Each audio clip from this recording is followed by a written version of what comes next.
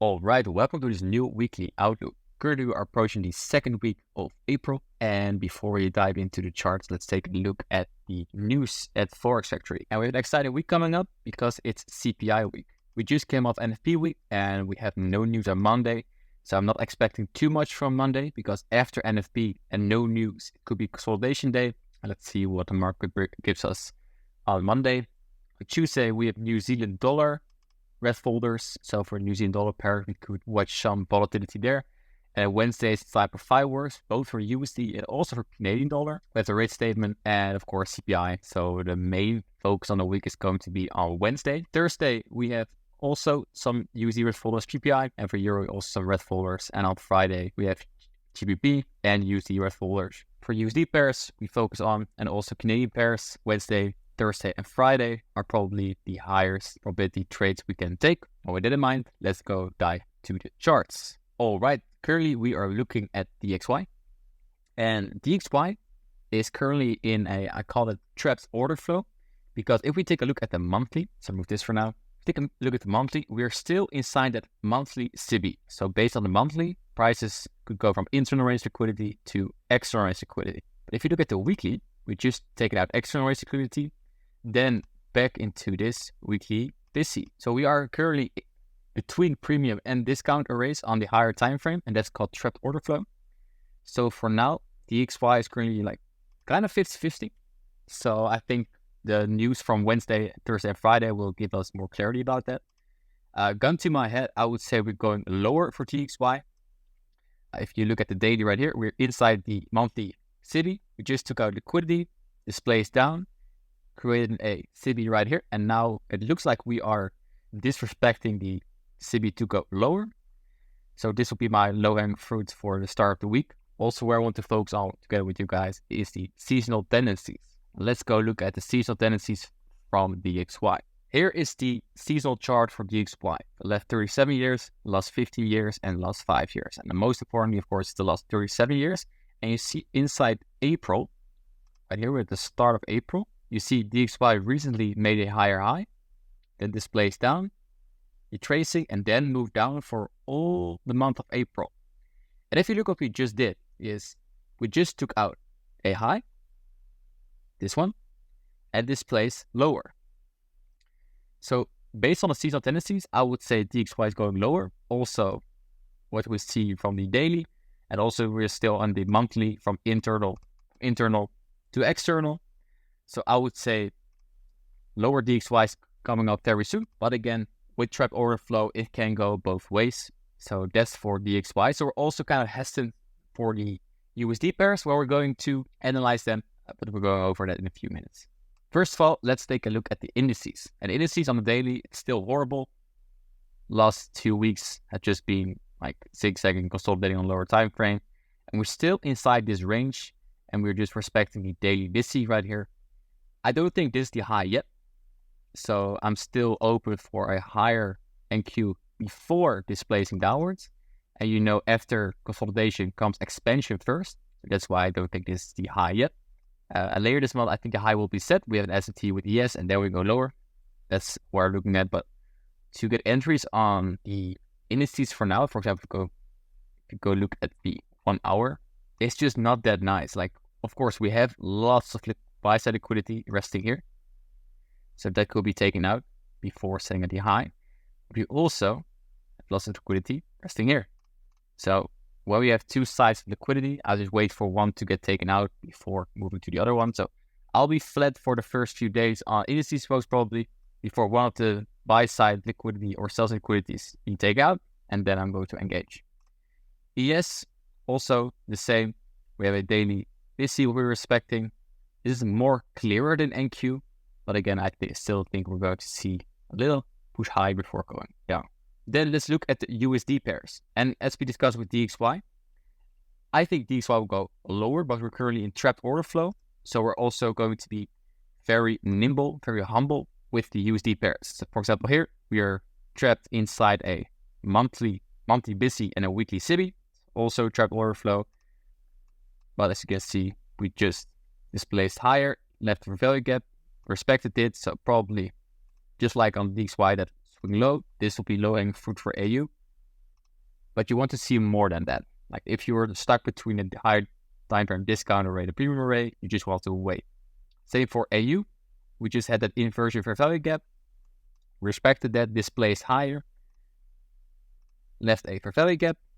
Probably respects it, so low hanging fruit doing these highs as well. And that matches with the story of a lower DXY. GPUSD, I have it in the list just because it's closely correlated with EURUSD. But I'm still not sure what to do with you. To be honest, we still have that monthly fair value gap resting here. If we look at the weekly, we respected the BISI right here. But talking about tracked order flow, we're respecting the weekly BISI, and we're currently inside the weekly SIBI. So trapped between two PD arrays, so I'm flat for that. So USD pairs, probably from Wednesday, I'm going to look at them. And now we're going to look at the non-USD pairs, what we can enter earlier in the week. Starting with USD Canadian dollar, and if we anticipate a lower dollar, that means USD CAD will go lower. And we just took out the buy side liquidity, we took out external raise liquidity, we took out a high, and now we can look at, okay, external raise liquidity, where's the next? Internal raise liquidity is the weekly fair value gap right here, weekly BISI.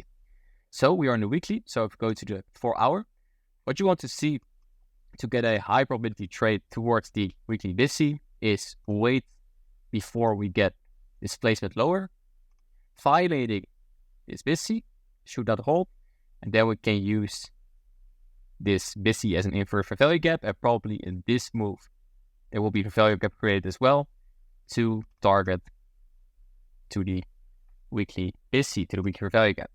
But this is something I'm going to look at for this week. But first we need to have that move down. We have big Canadian news on Wednesday together with CPI, so probably that could be the catalyst for potential this move. And if it doesn't happen, that's okay. I'm just not touching the pair. And let's take a look at EuroCAD. EuroCAD, we have a clear drawn liquidity to play the game. We went from internal raise liquidity to external raise liquidity. And from external raise liquidity, we went back to internal raise liquidity. And where's the next stop? Probably external raise liquidity. So if you go to take a look at the 4 hour, we have those clear equal highs up top here. 1, 2, 3. So lots of buy side liquidity. And we are creating a beautiful market maker buy model right here. And what's important here is this kind of array should be respected. So if your value gap gets respected, this probably will be a breakaway gap. And I'm anticipating for early this week, with the 15-minute, what would be very nice. This is the 4 hour fair value gap. If we can take a trade somewhere around here. So what I will do for EuroCAD, I will wait for price to show its hand. So it will go lower. I'll take a trade from here. And otherwise, if price push on Monday already to the buy side liquidity pool, I will take a look, okay, can I do a external to internal raise liquidity trade to take a short-term short. So this is a high probability move for EuroCAD. Well done for the guys who got in this move already. It was a very clear internal to external move. And let's take a look at GBP CAD. GBP CAD, kind of similar move. We have this weekly SIBI and we have some buy side liquidity resting here. And low hanging fruit is this weekly fair value gap. Actually, for this target to be hit, this SIBI should not hold. So early this week, I'll wait. Okay, what does price do inside this SIBI? Does it hold? I want to go to and through, and then use it to go to the target. Go to the 4 hour. Same here. We have a fair value gap gets respected. Displacement up. Fair value gap and order block gets respected. Now we are going up. We left a small fair value gap here, but with this move, I'm not sure if we're going back to here. But let's just see what the market gives us. If it comes back here, there's a high probability long to take stop loss below the low or below the fair value gap here, and then target these highs, for example, these swing highs, or the target here to catch the weekly range. Then AUD CAD, we are still inside this monthly fair value gap. We're here for a few months. You see how the bodies are respecting the monthly BISI. So that's very nice for potential longs towards these relative equal highs. We go to the daily. What do we see? We had a few daily green candles, and we have this higher time frame target. We just took out this liquidity. So what we can have is a shorter external to internal. You see this fair value gap here, another fair value gap here. to go to the target, or potential we get a deeper retracement or this fair value gap and go to the target. That's where I'm looking at for AUD CAD. And the same goes as the other pairs. If we don't get this move, so we only have to move up, we don't stop, we're going to hunt for and move from external range liquidity and then target the nearest internal range liquidity, the nearest fair value gap for a short setup on the lower time frames. Then if we take a look at GBP NZD, we had NZD news at Tuesday. This is the first red folder of the week. And currently we are stuck between the weekly SIBI and a weekly BISI right here. And you see the week closes above the weekly BISI. So that could potentially mean higher prices. So we go to the 4-hour. You see failure swings right here. So there's low resistance liquidity. Actually, what you want to see is price displays upwards, leaving a fair value gap and taking a long entry from there towards the target. And the target is the highs up here.